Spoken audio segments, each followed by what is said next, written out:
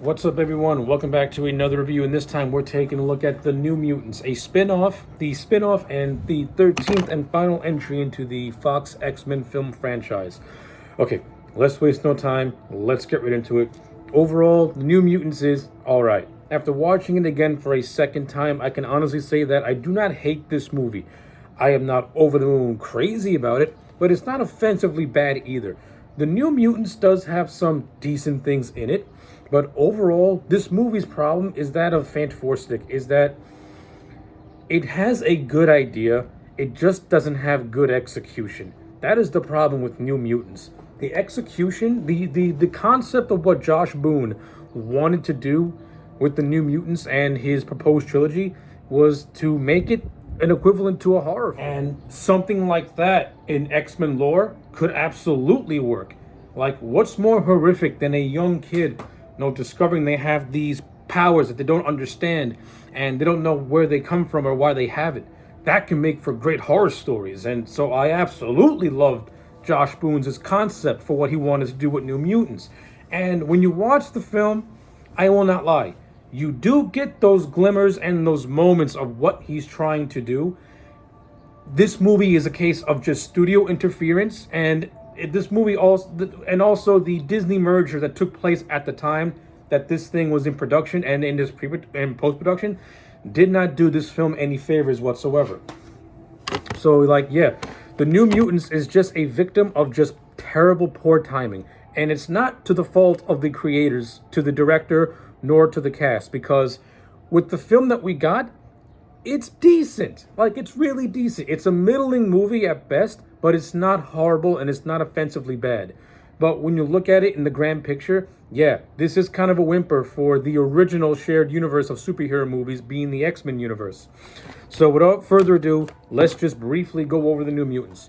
So the things that I actually do like the cast in this movie. I think all these actors, they actually fit their roles really, really well, and I enjoyed them for the most part. I like Charlie Eaton as the character of Cannonball, though I don't think he really gets enough screen time, and he has like very snippets of scenes. That's just me personally. Henry Zaga, who plays this incarnation of Sunspot, I actually thought he was decent, and I like the broy relationship that he has with Cannonball, and I wish that those two would have had more expansion on a friendship. The movie also teases that he might have a romantic interest in Ileana Rasputin, the sister of Colossus, played by Anya Taylor-Joy.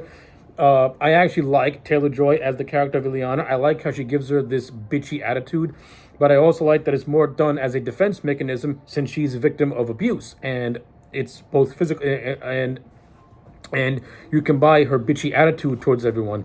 So and I think that I think that Ileana is a good character, and she has a good moment in the third act when her and Lockheed fight the Demon Bear. So yeah, I like Taylor-Joy. The actress who played Danny Moonstar, I thought she was fine. Like, she doesn't give the world the most groundbreaking performance, but I thought she was decent. Same with the actress who played Rain Sinclair. I thought she was decent as well too. The relationship that forms between Danny and Rain, it's one of the better done it's one of the better done same-sex relationships in movies, because the movie doesn't dwell on it. It doesn't shove it in your face. It's more or less done as these are two lost souls who are finding comfort in one another.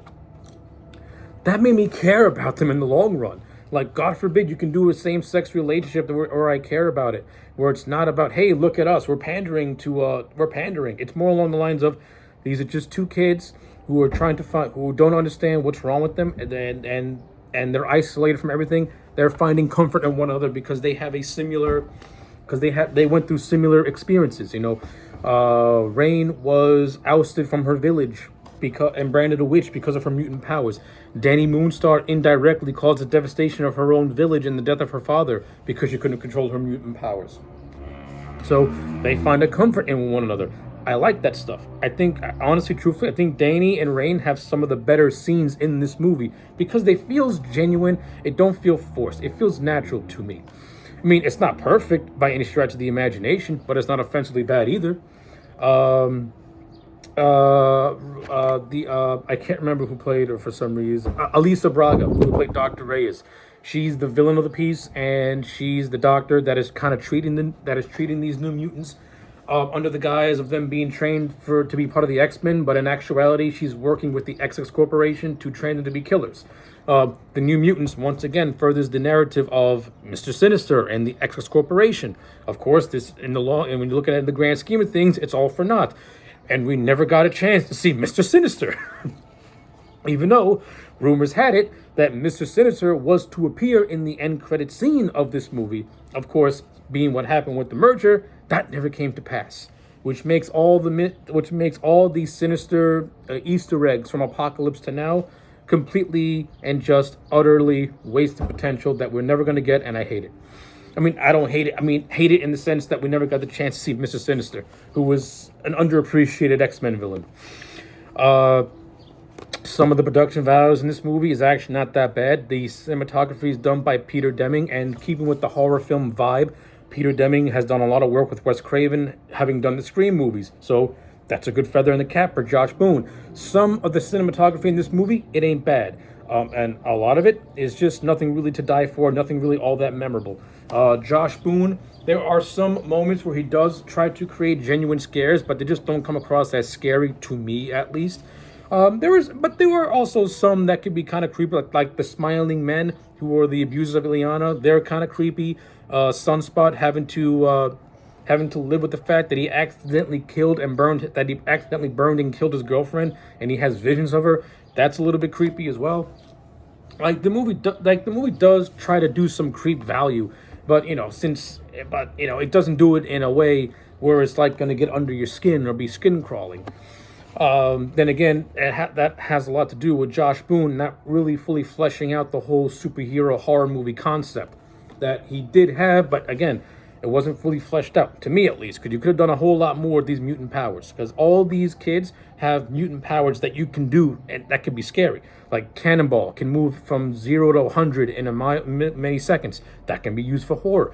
Ileana Rasputin, she can do interdimensional travel, and she has the Soul Sword. She's basically magic. That can be used for horror. Ren Sinclair, she can basically turn into a werewolf. Of course, and when she turns into a werewolf in this movie, she looks like Michael J. Fox from Teen Wolf. I mean, listen, I want a werewolf in my movie, whether it's a superhero or horror. Don't be afraid to push the boundaries and the limits. I mean, there are plenty of PG-13 werewolf movies where the wolf looked cool. This looked like a human being with just extra hair. Wasn't good at all. Looked like crap, actually. Looked like shit. But still, werewolves are a big part of horror lore. You can easily done something with that. And of course with Dani, whose whole thing is that she can bring your worst fears and make them a reality. That's creepy stuff. That could work. But again, the movie doesn't really fully push that envelope, and it's frustrating because there are a lot of scenes where you could have really amped up the creep factor, and it doesn't go there. Another thing that really hurts this movie is that it's at 94 minutes. Yeah, at 94 minutes, a lot of things get cut, like character development gets cut. A more convincing motivation for the villains get cut. A lot of the action sequences are just reduced to just the final battle and nothing in between. And it kind of makes for a very just dragging, slow-paced movie, which is evident, which at the end, that's what The New Mutants is. It's a movie, it's a movie of wasted potential. It drags on way too long in a lot of areas. It kind of like shrugs its feet as it gets to the finish line. It has flashes and hints of being something interesting and cool, but it doesn't really cross that plateau. Like, the third act of this movie is what The New Mutants should have been from the get-go. This action horror piece where these kids gotta team up to take on this demonic demon bear that's being unleashed, that is the manifestations of all their fears that is being brought to them by Dr. Reyes, by the XX Corporation. That's what everything should have really led to. I mean, but in the end, it is what it is, I guess. So yeah, despite a plethora of complaints and some positive insight, The New Mutants is not a horrifically bad movie. It's overall decent. It's watchable.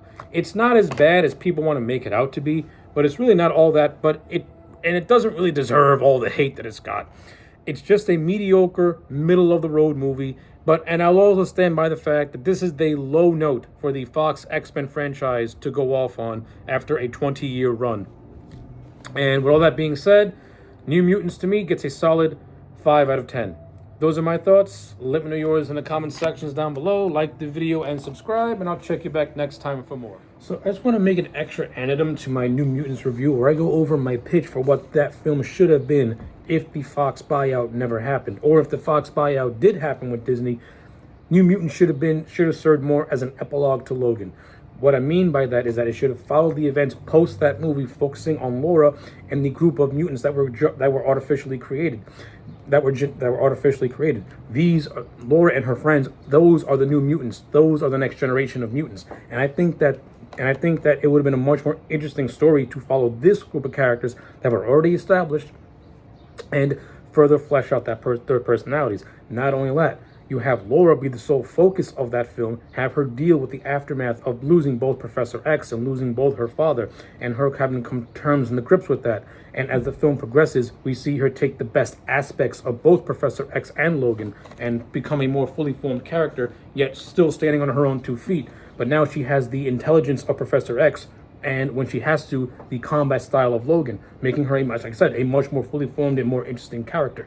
Not only that, you have Mr. Sinister as the villain, since he's already been teased and established as pretty much the creator and harbinger of these these artificially created mutants. And you have Laura come into conflict with Sinister.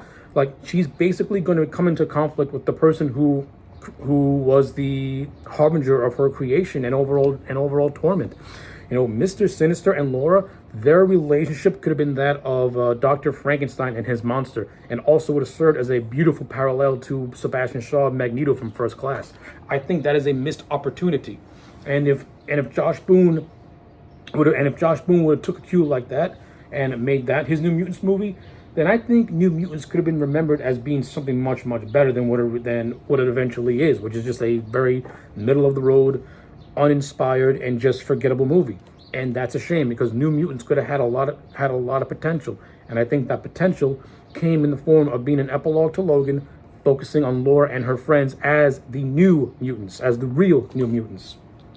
Those are just my thoughts. Well, let me know yours in the comment sections down below. See you guys next time.